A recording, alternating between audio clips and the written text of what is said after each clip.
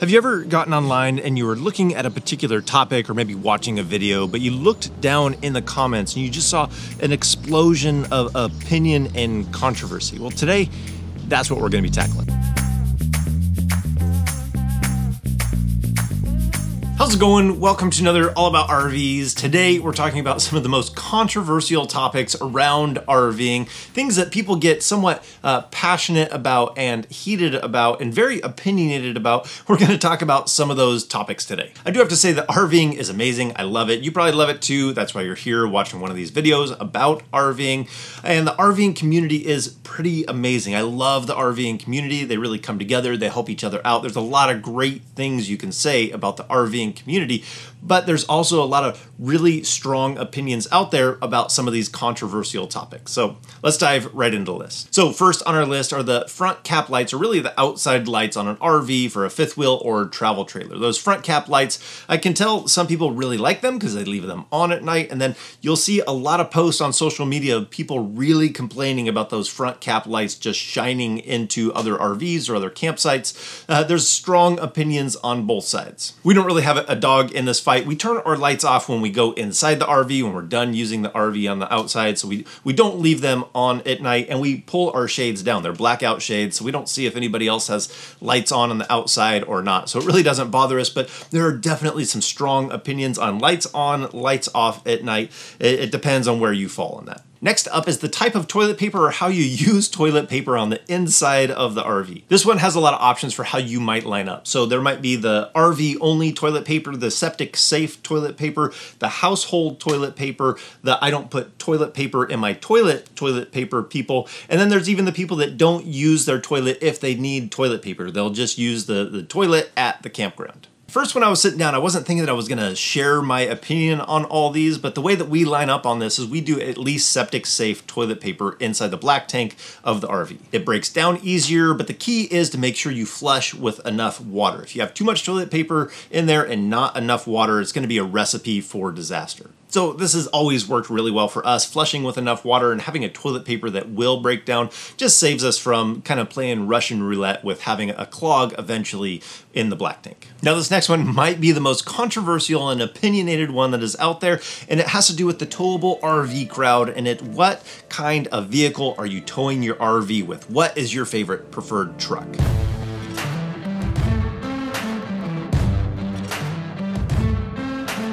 This one for me is entertaining to watch because there are some people out there with some serious brand loyalty out there and some strong opinions on which truck is best and should be used for towing RVs and just towing in general. So you have the big three manufacturers that are out there, and I've had experiences with all three of them. I've had good experiences and I've had bad experiences with all three of them. So I think that really plays into people's opinions out there. If you've had a bad experience with that brand, it might taint that entire brand. If you've had a good experience or it was something in the family that's kind of been handed down, yeah, that's a brand that you're going to stay loyal to. But the opinions and the bashing the other brands really comes hand in hand when you bring into this topic.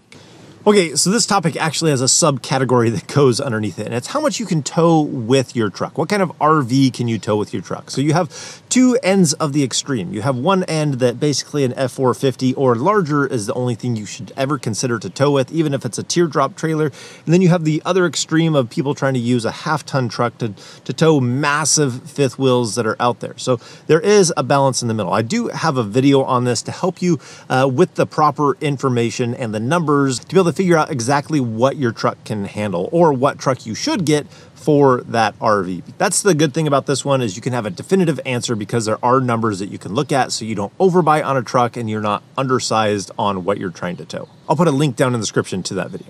I will say that I think all three of them are capable of putting out a good truck, but the one manufacturer that we will never purchase is... You thought I was gonna say it? No. On to the next one.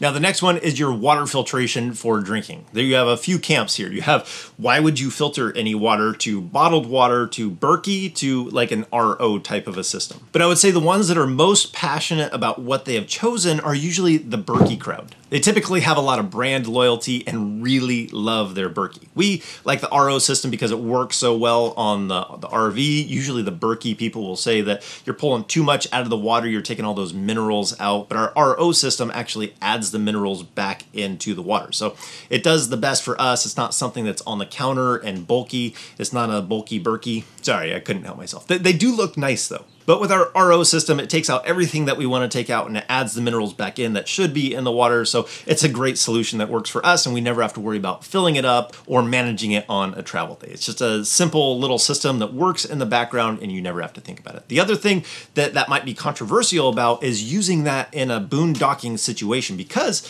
it does waste water, and wasting water for an RVer while boondocking, I mean, that's against all the codes that are out there. But our workaround for that is we use the water that is in there, so it has a couple of gallons that we can use just off the bat. We've already turned it off when we go out boondocking, so it's not trying to make or filter more water while we're out there. And if we want to filter more water, it really doesn't waste hardly anything in the beginning stages of filling up that reservoir under there. So we just fill up a container in the sink and not have it try and pressurize, and that's when it's going to be wasting more of its water. So it's a system that works for us, and that's the way that we handle that. Okay, here's one that we can start off with a little bit of a common ground, and then you can choose which side you would land on this topic. Number one, you always want to keep your black tanks closed when you're using the RV. You don't want your water to rush out, and you don't want to leave those solids behind. That's a really bad recipe. Everybody knows that for RVing. But the question comes in, what about your gray tanks? Do you leave those open? Do you close them?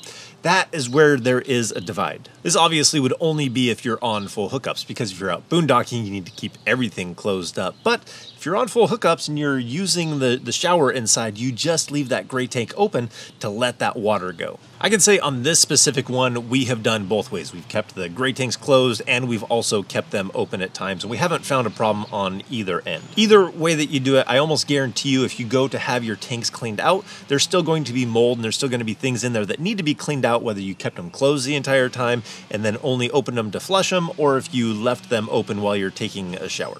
But here's just a couple of tips if you are going to leave your gray tank open and keep your black tank shut until you go to dump it.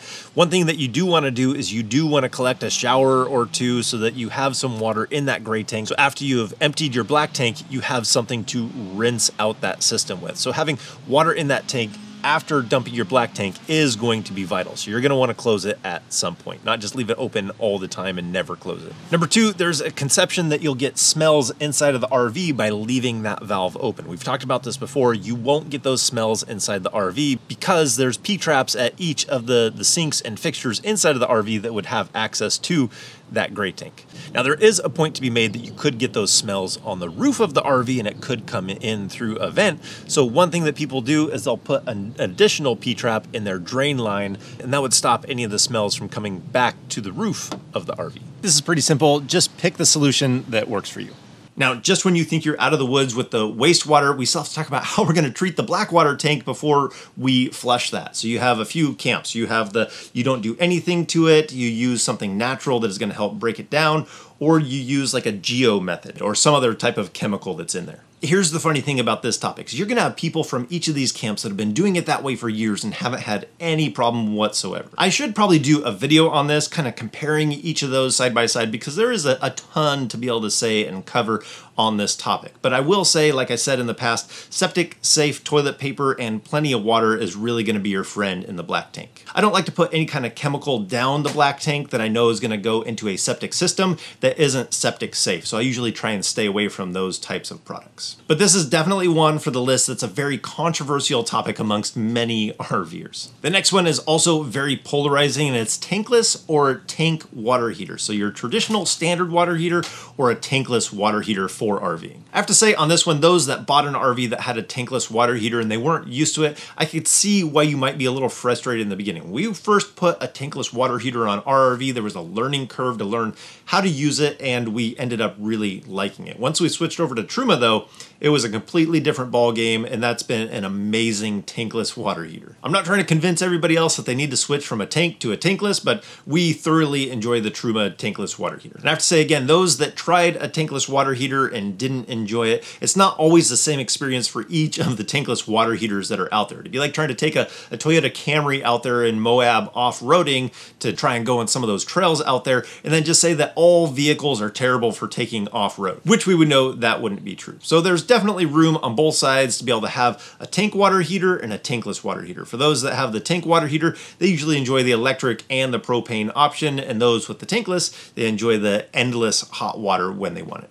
Now this next one has to do more with the definition of an RV. It's a recreational vehicle. And so some people out there say that travel trailers and fifth wheels aren't recreational vehicles because it doesn't have a motor. And that's kind of the funny thing to me, because if you look at the definition for vehicle, a vehicle can mean a vehicle with a motor like an automobile or a truck, but it doesn't necessarily mean with motor. So travel trailers and fifth wheels are still a vehicle. They even have a vehicle identification number. So how can it have a vehicle identification number if it's not a vehicle? And you have to register it as a vehicle with your local municipality. But that's one that I see out there people arguing about. Is it an RV or is it not an RV? And that brings us to our last one. Is it called camping when you go out RVing, or is that just RVing? Are you going out in your camper, or are you going out in your recreational vehicle? This one makes me laugh just a little bit because my roots are actually more in backpacking. I did a lot of backpacking with my dad. When I was real young, we'd go car camping is what we called it, as a family or with my dad.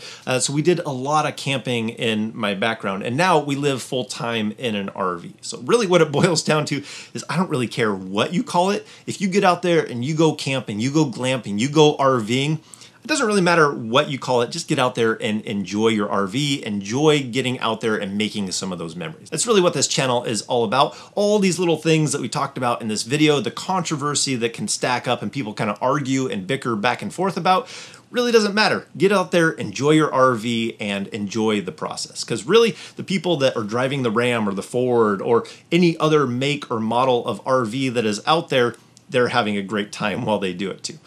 Unless they're broken down because they bought the wrong manufacturer. That could happen. Or they're taking a ridiculous shower because they did a tankless water heater and it's like a schizophrenic type of water. It's burning hot, it's freezing cold, you can't figure it out. All kidding aside, get out there, enjoy the RVing process, and that's really what it's all about. So I think that's going to do it for today for our list of controversial things that are around RVing. It was kind of fun going through them and just looking at the different topics. I would say leave your comments down below, but that might be a little dangerous on this video. But anyways, like I said, that's going to do it for today. So if you guys enjoyed this video, give it a thumbs up. If you want to see more videos about RVing, hit that subscribe button. And if we don't see you on the road, hopefully we will. See you next video.